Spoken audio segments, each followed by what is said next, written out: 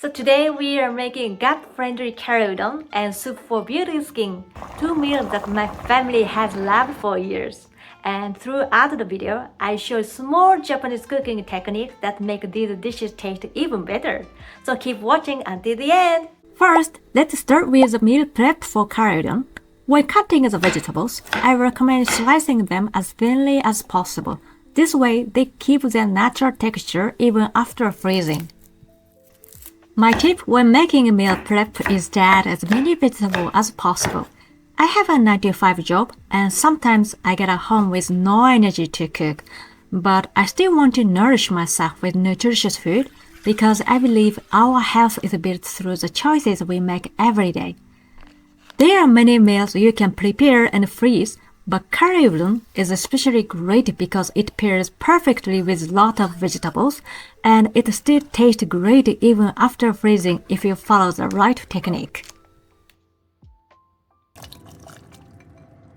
Next, let's talk about timing for adding protein. The timing for adding protein is important. For curry udon, pork or fried tofu both pair perfectly. If you are using pork, cook it together with the vegetable so the flavor develops in the curry.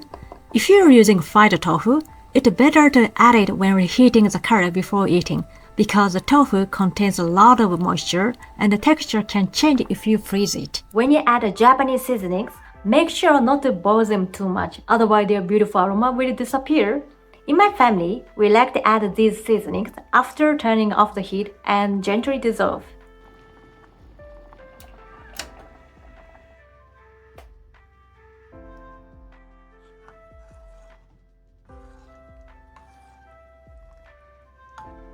Next, let's make soup for beauty skin. It's super easy to make. You don't even need to cook the soup. You just add frozen vegetable into the container and pour the soup over them. Now let's add the frozen vegetable to the containers. I like using a vegetable mix with corn because it adds a little natural sweetness to the soup. You might not be familiar with cooking with soy milk, but it's very common in Japan. And the great thing about this recipe is that it's simple and incredibly nourishing and good for your gut and your skin. One of the secrets in this recipe is ginger and onion. They add great flavor and also support gut health.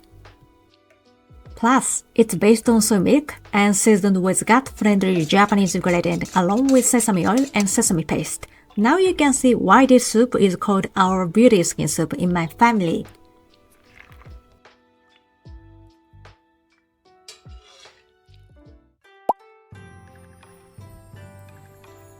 Now, I'd like to talk about the best way to freeze meal prep.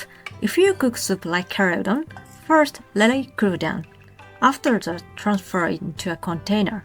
Also, make sure not to fill it too much. About 80% full is safer because the soup may expand during the freezing process.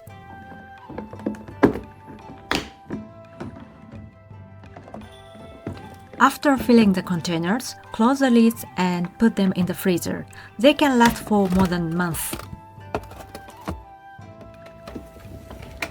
Now, let's talk about how to reheat frozen soup. I recommend heating it over low heat and letting it warm up slowly.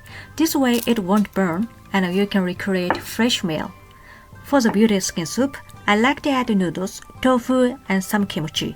But it's very versatile, so you can add your favorite protein or even enjoy it with some bread if you like. For curry udon, I add a fried tofu to the soup while reheating. For the udon noodles, make sure not to freeze them together with the soup. Udon is a delicate noodle and can easily absorb the soup while frozen. So I recommend boiling the noodles when you reheat the soup or using frozen udon.